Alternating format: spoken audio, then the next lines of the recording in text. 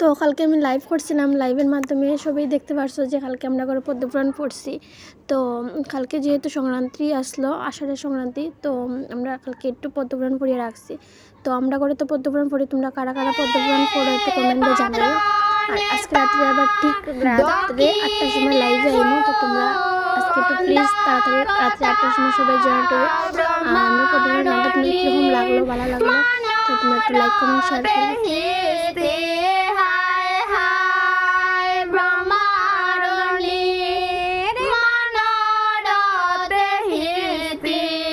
অন্তয়াদি অষ্ট নাগ বেজি